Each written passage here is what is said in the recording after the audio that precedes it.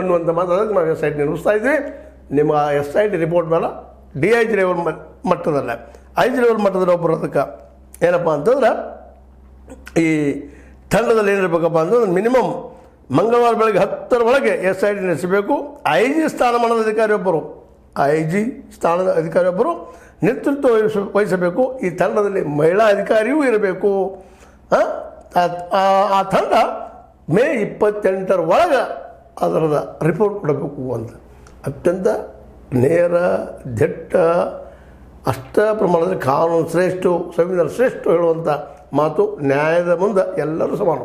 ಪ್ರಧಾನಿ ಇರುವಲ್ಲರು, ಮಂತ್ರಿ ಇರಲಿ, ಉಪಮುಖ್ಯಮಂತ್ರಿ ಇರಲಿ, ಪ್ರಧಾನಿ ಇರಲಿ, ಯಾರೂ ಇರಲಿ, ಎಲ್ಲರೂ ಸಮಾನರು ಅನ್ನೋಂಥ ಮಾತನ್ನು ಇವತ್ತು ಧ್ವನಿಸಿದ್ದು ನೋಡಿದಾಗ, ಹೇಳಿದ್ದು ನೋಡಿದಾಗ ಸುಪ್ರೀಂ ಕೋರ್ಟ್ ಒಂದಿಷ್ಟು ನೆಮ್ಮದಿ ನಿಟ್ಟುಸಿರು ಬಿಡಬೇಕಾಗಿದೆ. ಯಾಕಂದ್ರೆ ಇತ್ತೀಚೆಗೆ ವಾಚಾರಗಳು ಹೆಚ್ಚಾಗಿದೆ. ತಮ್ಮ ಮನುಷ್ಯ ಬಂದಿದ್ದನ್ನು ಮಾತಾಡೋದು, ಸುಳ್ಳುಗಳ ಸತ್ಯವನ್ನು ಹೇಳುವಂಥ ಅನೇಕ ಘಟನೆಗಳನ್ನು ನೋಡ್ತಾ ಇದ್ದೀವಿ. ಇವತ್ತು ಸುಪ್ರೀಂ ಕೋರ್ಟ್ ಇದ್ದು ತೆಗೆದುವಂಥ ಡಿಸಿಷನ್ನ ನಿಜವಾಗಿ ಸ್ವಾಗತಾರ್ಹ ಅಂತ ಹೇಳ್ತಾ, ಇದು ಸುಪ್ರೀಂ ಆದೇಶ, ಇದನ್ನೆಲ್ಲರೂ ತಲೆ ಬಗ್ಗಿಸಲೇಬೇಕು. ಕಾನೂನು ಮುಂದೆ ಎಲ್ಲರೂ ಸಮಾನರು ಅನ್ನುವಂಥ ಮತ್ತೊಮ್ಮೆ ಸಂದೇಶ ಬೀರಿದಂಥ ಸುಪ್ರೀಂ ಕೋರ್ಟ್ ನ್ಯಾಯಪೀಠಕ್ಕೆ ಮತ್ತೊಮ್ಮೆ ಧನ್ಯವಾದ ಹೇಳ್ತಾ, ಇದು ನಿಮ್ಗೆ ಲೈಕ್ ಆಗಿರ್ಬೋದು, ಲೈಕ್ ಮಾಡಿ ಶೇರ್ ಮಾಡಿ, ಕಮೆಂಟ್ ಮಾಡೋ ಜೊತೆಗೆ ಸಬ್ಸ್ಕ್ರೈಬ್ ಆಗೋದು ನಿಲ್ಲಿಸ್ಕೋಬೇಡ್ರಿ. S60 ನ್ಯೂಸ್ ಅರ್ಥ ಸೇರಿಸಿದ್ದಾರೆ. ಇದು ಸತ್ಯದ ಕೈಗನ್ನಡಿ ವಂದನೆಗಳು.